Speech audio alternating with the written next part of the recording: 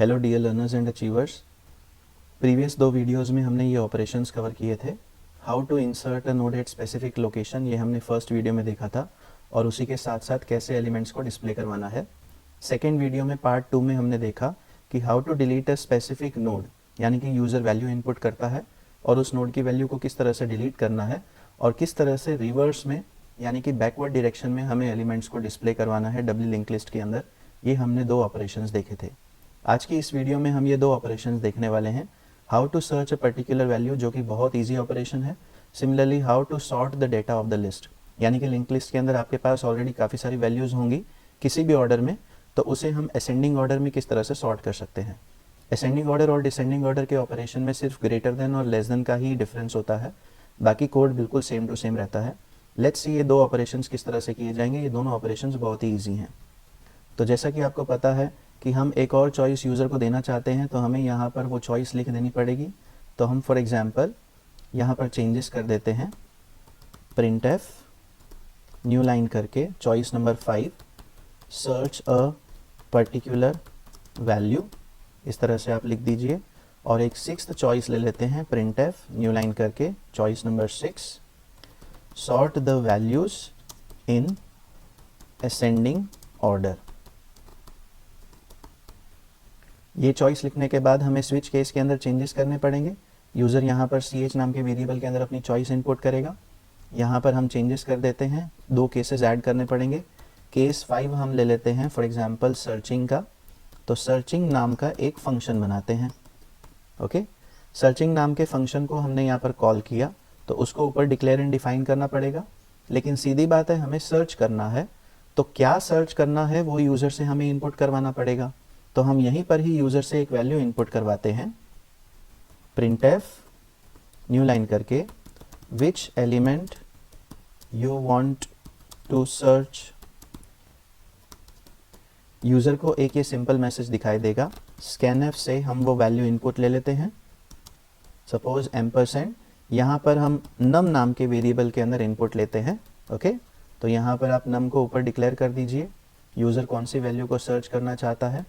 So we take num variable। तो user value input करेगा और उस वैल्यू को सर्च करना है, तो यहाँ पर वो पास करनी पड़ेगी। ये फंक्शन के अंदर पास होती है वैल्यू, आप सभी को पता है। तो अब सर्चिंग नाम के फंक्शन को हम ऊपर डिक्लेयर कर देंगे। डिक्लेरेशन सेक्शन में हम यहाँ पर फंक्शन को डिक्लेयर करते हैं, void searching int num, इस तरह से डिक्लेयर करने के बाद अब नीचे इसको डिफाइन कर देते हैं। यहीं पर ही मेन के जस्ट नीचे डिफाइन करते हैं ताकि स्क्रॉल कम करना पड़े। सो void searching ब्रैकेट में int num, यहाँ पर हम इसका कोड लिखेंगे इसके अंदर। तो जैसा कि आप सभी को पता है, सबसे पहले करंट इक्वल टू स्टार्ट, हमें किसी वैल्यू को सर्च करना है तो पहली नोड का नाम स्टार्ट होगा, वही सेम करंट उसके ऊपर पॉइंट करेगी। एक सिंपल लूप चलाते हैं जैसे कि हम हर बार इस्तेमाल करते हैं, while current is not equal to null।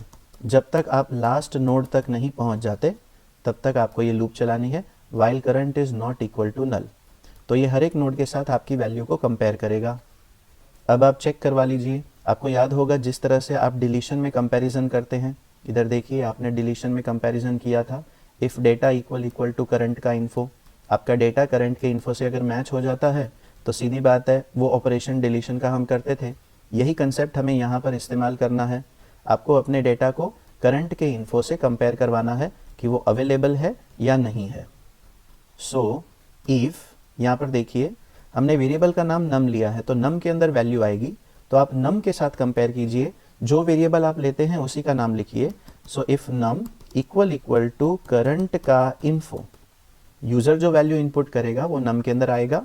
और पहली बार करंट का इन्फो, करंट आपको मालूम है कि ये फर्स्ट नोड को पॉइंट कर रहा है, तो वो करंट के इन्फो से कंपेयर करेगा। तो अगर आपकी वैल्यू फर्स्ट नोड से मैच हो जाती है तो सीधी बात है यहाँ पर आपको उसे डिस्प्ले करवा देना है। तो आप यहाँ पर printf स्टेटमेंट लिख दीजिए, printf न्यू लाइन करके एलिमेंट %d फाउंड, और एलिमेंट यदि मिल जाता है तो हम यहाँ से रिटर्न हो जाते हैं। Okay, so this is very simple operation. लेकिन हमें लूप चलानी है तो करंट इक्वल टू करंट का नेक्स्ट करना पड़ेगा। तो नेक्स्ट नोड पर जाने के लिए आप सभी को मालूम है करंट इक्वल टू करंट का नेक्स्ट, यानी कि करंट के नेक्स्ट को करंट बना दीजिए।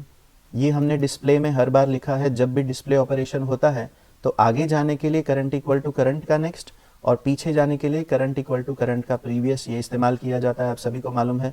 तो इससे हमारी लूप तब तक चलेगी जब तक करंट नल नहीं हो जाता, यानी कि जब तक वो लास्ट नोड के नेक्स्ट में नहीं पहुंचता। तो वैल्यू मिल जाएगी तो वो डिस्प्ले हो जाएगी, अगर वैल्यू नहीं मिलेगी तो सीधी बात है वो डिस्प्ले नहीं होगी। तो अब चेक कर लेते हैं कि क्या ये सही तरीके से काम कर रहा है। सेव करते हैं, कंट्रोल F9, एरर आई है, अनडिफाइंड सिंबल करंट, हमें यहाँ पर करंट को डिफाइन करना पड़ेगा। तो स्ट्रक्ट नोड स्टार करंट, इसको रन करके देखते हैं, control F9, choice is 1, location is 1, 14, choice is 1, location is 2, 78, choice is 1, location is 3, value is suppose 55। Okay, अब हम सपोज 55 को सर्च करना चाहते हैं, सो चॉइस इज 5 एंड सपोज 55 को हमें सर्च करना है, एलिमेंट 1960 फाउंड, कुछ गड़बड़ आई है, गार्बेज वैल्यू आपको दिखाई दे रही है, चेक कर लेते हैं, एग्जिट करते हैं। सर्चिंग फंक्शन में डिस्प्ले में दिक्कत आ रही है, एलिमेंट मिला है तो एलिमेंट परसेंटेज डी फाउंड। तो परसेंटेज डी मतलब क्या, आपको यहाँ पर वो स्पेसिफाई करना पड़ेगा। तो हमारा एलिमेंट है नम, आप नम लिखिए या फिर करंट का इन्फो लिखिए, कोई फर्क नहीं पड़ता, क्योंकि दोनों सेम ही हैं। एलिमेंट मैच होगा तो ये इस इफ कंडीशन के अंदर चला जाएगा, एलिमेंट मैच ही नहीं होगा तो इफ कंडीशन के अंदर जाएगा नहीं, तो दोनों सेम ही होंगे। तो आप करंट का इन्फो लिखिए या नम लिखिए, उससे कोई फर्क नहीं पड़ता। नम लिख देते हैं हम यहाँ पर, चेक करते हैं, choice is 1, location is 1, element is 14, choice is 1, location is 1, element is 55, choice is 1, location is 3, element is 64। Okay, suppose 64 को हमें सर्च करना है, so choice is 5, which element you want to search, 64 को हमें search करना है, element 64 found. Okay, अब ये भी चेक करते हैं कि जो एलिमेंट इस लिस्ट में नहीं है क्या वो मिल रहा है, पहले डिस्प्ले कर लेते हैं। तो 55, 14 एंड 64 ये 3 एलिमेंट्स हैं। सर्च करते हैं फॉर एग्जांपल 17 जो कि लिस्ट के अंदर नहीं है, so choice is 5, element is 17, direct message आ गया, प्लीज एंटर प्रॉपर चॉइस। मतलब जब एलिमेंट नहीं मिले तो हमें ये मैसेज डिस्प्ले करवाना है कि एलिमेंट नहीं मिला है। तो हम यहाँ पर चेंजेस करते हैं,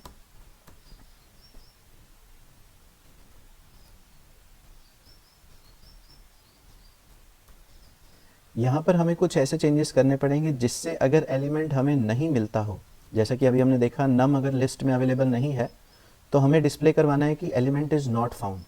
तो हम इसमें चेंजेस कर देते हैं। देखिए, हम यहाँ पर फंक्शन का रिटर्न टाइप चेंज करते हैं, जैसे कि INT सर्चिंग। तो यहाँ पर जब एलिमेंट आपको मिल रहा है सक्सेसफुली, आप एक वैल्यू रिटर्न करवा दीजिए, फॉर एग्जाम्पल रिटर्न 1। अगर एलिमेंट मिल रहा है तो 1 रिटर्न करेगा, लेकिन अगर एलिमेंट नहीं मिल रहा है तो हम यहाँ पर सिंपली ऐसा रिटर्न करवा देते हैं, रिटर्न 0। फंक्शन जब कुछ ना कुछ रिटर्न करता है तो फंक्शन की रिटर्न टाइप वॉइड की जगह पर INT की जाती है। तो जब आप फंक्शन की रिटर्न टाइप चेंज कर रहे हैं तो जहां पर फंक्शन का कॉल है वहां पर भी चेंज करना पड़ेगा। देखिए यहाँ पर ये बहुत इंपॉर्टेंट है, यहाँ पर जब फंक्शन कुछ रिटर्न करेगा वही नम के अंदर हम रिटर्न करवा देते हैं। आप कोई दूसरा वेरिएबल भी ले सकते हैं, कोई फर्क नहीं पड़ता। जैसे कि फॉर एग्जांपल हम ले लेते हैं x। ओके, तो x को हम ऊपर डिक्लेयर कर देते हैं। देखिए ये किस तरह से हम करेंगे, यहाँ पर हम x ले लेते हैं। नम में भी अगर आप रिटर्न करवाएंगे तो भी आपका काम हो जाएगा। हम x से चेक कर लेते हैं कि ये किस तरह से होता है। तो यहाँ पर हमें इसकी रिटर्न टाइप चेंज करनी पड़ेगी, INT सर्चिंग। देखिए यहाँ पर हम कैसे करते हैं, पहले एक और चीज़ ऐड कर देते हैं। आपने देखा था कि जब हम सर्च करवा रहे थे तो पहले डिस्प्ले होना चाहिए, तो पहले हम डिस्प्ले भी करवा देते हैं ताकि हमें पता चले कि कौन से एलिमेंट को हम सर्च करना चाहते हैं। सो डिस्प्ले फॉरवर्ड नाम के फंक्शन को कॉल करने से पहले एलिमेंट्स डिस्प्ले होंगे, फिर यूज़र को एक मैसेज दिखाई देगा कि आप कौन सा एलिमेंट सर्च करना चाहते हैं। यूज़र वो इनपुट करेगा, सर्चिंग नाम के फंक्शन के अंदर वो नम पास किया जाएगा और यहाँ से फंक्शन कॉल के अंदर जाएगा और एलिमेंट को वो सर्च करेगा। इस लूप के अंदर आप सभी जानते हैं हमारे एलिमेंट को सर्च किया जाएगा करंट इक्वल टू करंट का नेक्स्ट करते करते।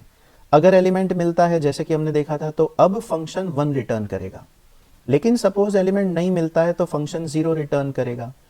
तो यहाँ पर इंटीजर डेटा टाइप या तो 0 या तो 1 वैल्यू होल्ड करेगी। तो यहाँ पर जब ये रिटर्न होगा तो देखिए x के अंदर या तो 0 या तो 1 रिटर्न होगा। सो 1 means successful search and 0 means unsuccessful search. तो हम यहाँ पर x की वैल्यू कंपेयर कर लेते हैं। इफ x इक्वल टू 0, 0 मतलब अनसक्सेसफुल सर्च, देखिए यहाँ पर 1 इज सक्सेसफुल सर्च एंड अगर यहाँ पर नहीं कंपेयर हुआ तो 0 इज अनसक्सेसफुल सर्च, तो इधर आएगा। इफ x इक्वल टू 0 तो हम यहाँ पर ऐसा लिख सकते हैं printf न्यू लाइन करके एलिमेंट नॉट फाउंड, ठीक है। और यहां पर हम ब्रेक करते हैं, ब्रेक करना हमारा रह गया था लास्ट टाइम भी। अब चेक कर लेते हैं कि क्या ये सक्सेसफुली रन हो रहा है। Control F9, choice is 1, location is 145, choice is 1, location is 265, choice is 1, location is 389। अब हम उस एलिमेंट को सर्च करते हैं जो लिस्ट में नहीं है। सो चॉइस इज 5 सर्च करने के लिए, देखिए डिस्प्ले हो गया। हम फॉर एग्जांपल 97 को सर्च करना चाहते हैं जो लिस्ट में नहीं है। सो 97 यूजर इनपुट करेगा, देखिए एलिमेंट नॉट फाउंड, ये मैसेज आ गया, मतलब कि लिस्ट में एलिमेंट अवेलेबल नहीं है। अब हम ये भी चेक कर लेते हैं कि जो एलिमेंट अवेलेबल है वो भी डिस्प्ले हो रहा है या नहीं, क्योंकि हमने कोड में चेंजेस किए हैं। सो सर्च करने के लिए हमारी चॉइस है 5, एलिमेंट्स डिस्प्ले हो गए। Suppose I want to search 65, तो 65 इनपुट कीजिए, एलिमेंट 65 फाउंड। तो इस तरह से आप सर्च कर सकते हैं। अभी सर्चिंग के साथ साथ सपोज हमको ये भी डिस्प्ले करवाना है कि एलिमेंट कौन सी लोकेशन पर है, तो हम लोकेशन फाइंड करने के लिए कुछ चेंजेस कर लेते हैं।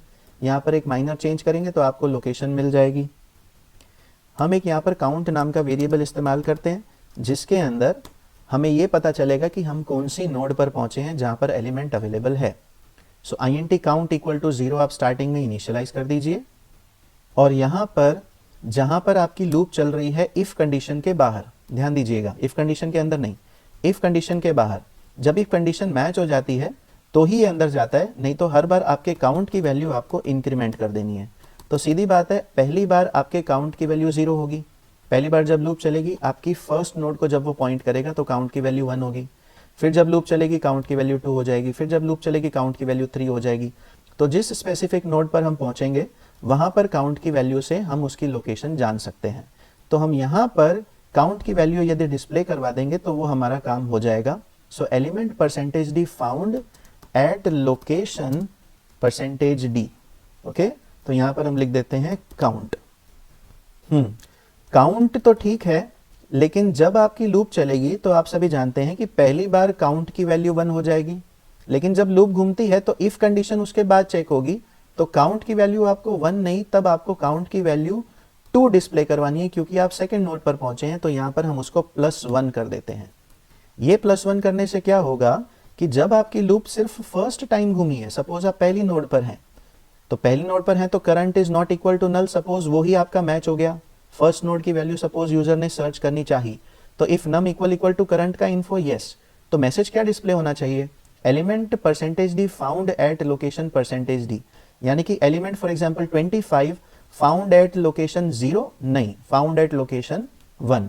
इसीलिए काउंट को आप यहां पर सिंपली +1 करके डिस्प्ले करवा दीजिए। चेक करते हैं ये हो रहा है रन या नहीं हो रहा है। Control F9, choice is 1, location is 145, choice is 1, location is 178, choice is 1, location is 2, 36, choice is 1, location is 3, value is for example 98, choice is 1, location is 2, value is for example 55।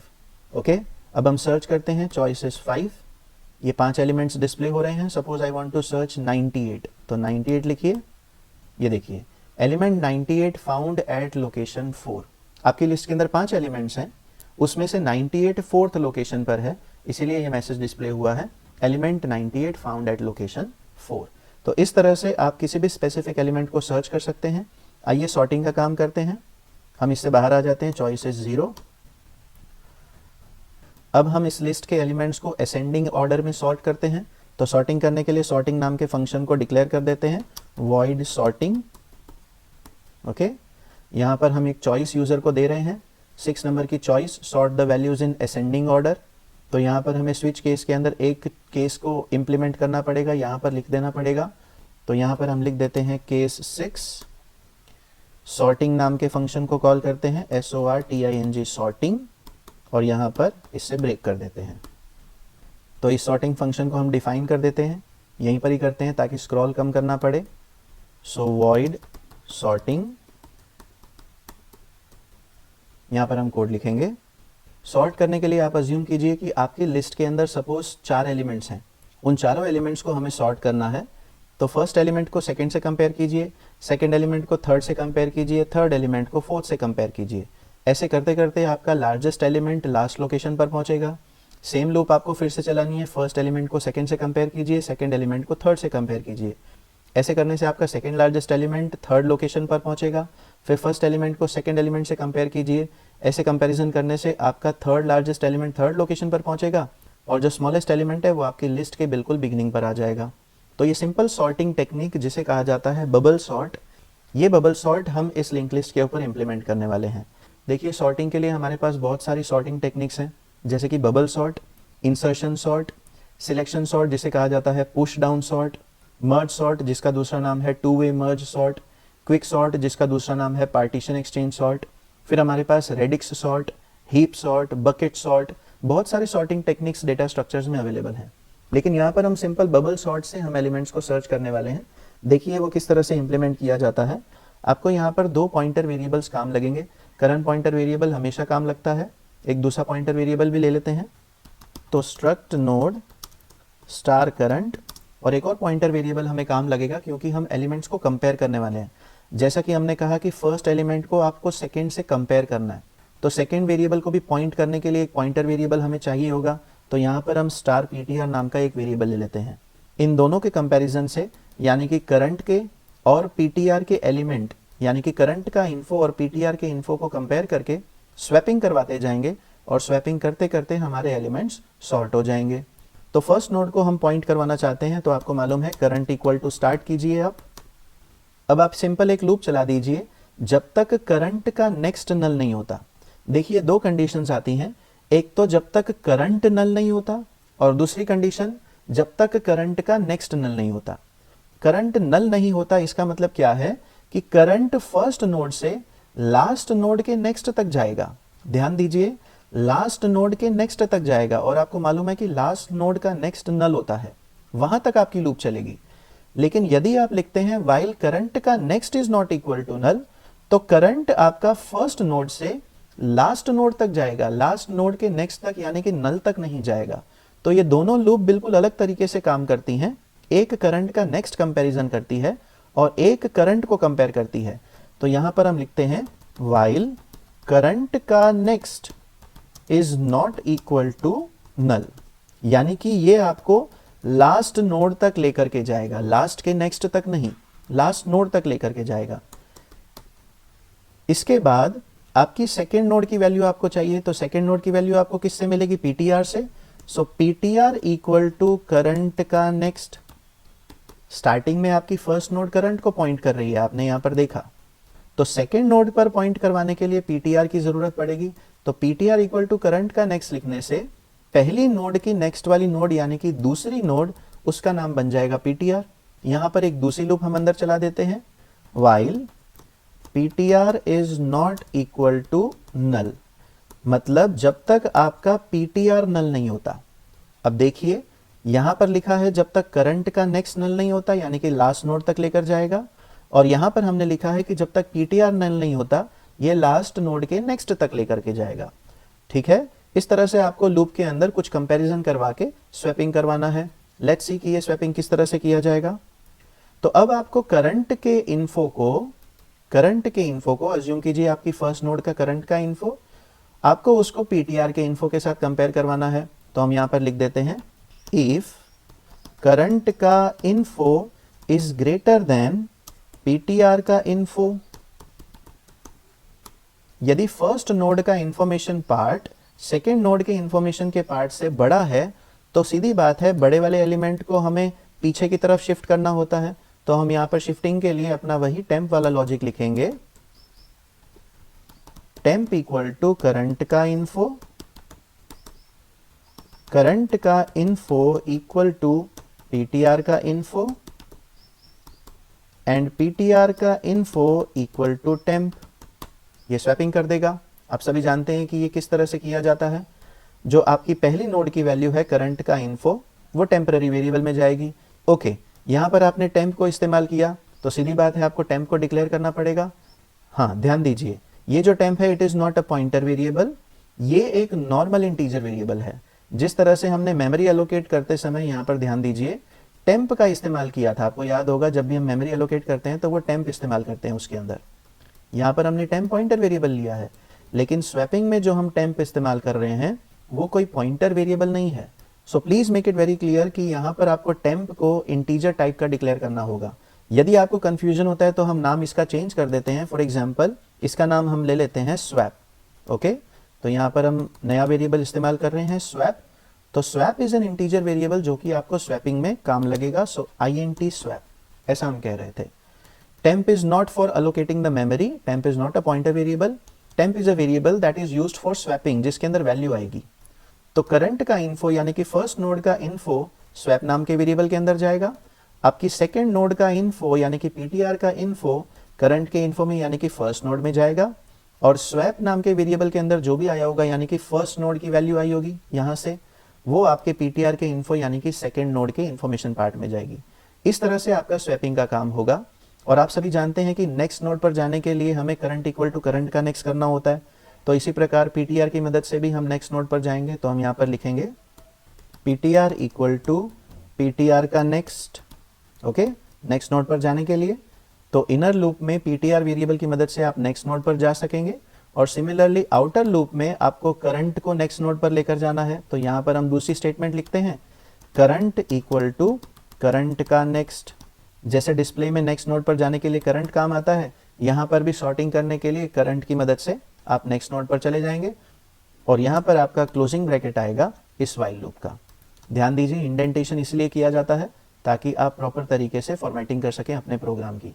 तो sort करके देखते हैं values को। Okay, control F(S), choice is 1, location is 1, element is 10, choice is 1, location is 1, element is 20, choice is 1, location is 3, element is for example 30, choice is 1, location is 4, element is for example 8. okay, so 20, 10, 30 and 8 ये चार elements हैं। इनको हम sort करते हैं। Sort करने के लिए चॉइस नंबर 6। ओके, सॉर्ट हो गया है लेकिन डिस्प्ले नहीं हुआ है, डिस्प्ले फंक्शन को हमने कॉल नहीं किया। सो यहाँ पर हम चॉइस नंबर 3 सिलेक्ट करते हैं डिस्प्ले करवाने के लिए। यस, ये आप देखिए 8, 10, 20 और 30 हमारे जो चार एलिमेंट्स थे वो असेंडिंग ऑर्डर में सॉर्ट हो चुके हैं। अब इनको रिवर्स डायरेक्शन में भी डिस्प्ले करवा के देखते हैं। सो चॉइस इज 4, देखिए ये रिवर्स डायरेक्शन में भी डिस्प्ले हो गए 30, 20, 10 एंड 8। ओके, तो सॉर्टिंग के बाद तुरंत डिस्प्ले भी होना चाहिए, वो एक माइनर चेंज हम कर लेते हैं। वहाँ पर हम डिस्प्ले फंक्शन को कॉल कर लेते हैं, चॉइस इज 0। यहाँ पर हम सॉर्टिंग के बाद तुरंत डिस्प्ले फंक्शन को भी कॉल करते हैं ताकि डिस्प्ले भी हो जाए। सो डिस्प्ले अंडरस्कोर फॉरवर्ड। और अब हम इसको सेव करके रन करते हैं। Choice is 1, location is 1, 10, choice is 1, location is 2, 15, choice is 1, location is 3, 8, choice is 1, location is 4, 89, choice is 1, location is 1, suppose element is 99। तो ये 5 एलिमेंट्स हैं 99, 10, 15, 8 एंड 89। इनको हम सॉर्ट करते हैं। चॉइस इज 6, देखिए सॉर्ट भी हो गया और डिस्प्ले भी हो गया 8, 10, 15, 89 एंड 99। तो हमने यहाँ पर सिंपल बबल सॉर्ट की मदद से लिंक लिस्ट के एलिमेंट्स को सॉर्ट किया। लिंक लिस्ट के एलिमेंट्स को सॉर्ट किया, इसका मतलब है कि एलिमेंट्स को स्वैप किया, हमने एड्रेसेस में चेंज नहीं किया है। मेक इट वेरी क्लियर कि हम एलिमेंट्स को कंपेयर करवाते हैं, करंट के इन्फो को, ptr के इन्फो को, इनको कंपेयर करवा के हम एलिमेंट्स को सॉर्ट करते हैं। हम एड्रेसेस को कंपेयर नहीं करवा रहे यहाँ पर। ओके, तो एग्जिट हो जाते हैं।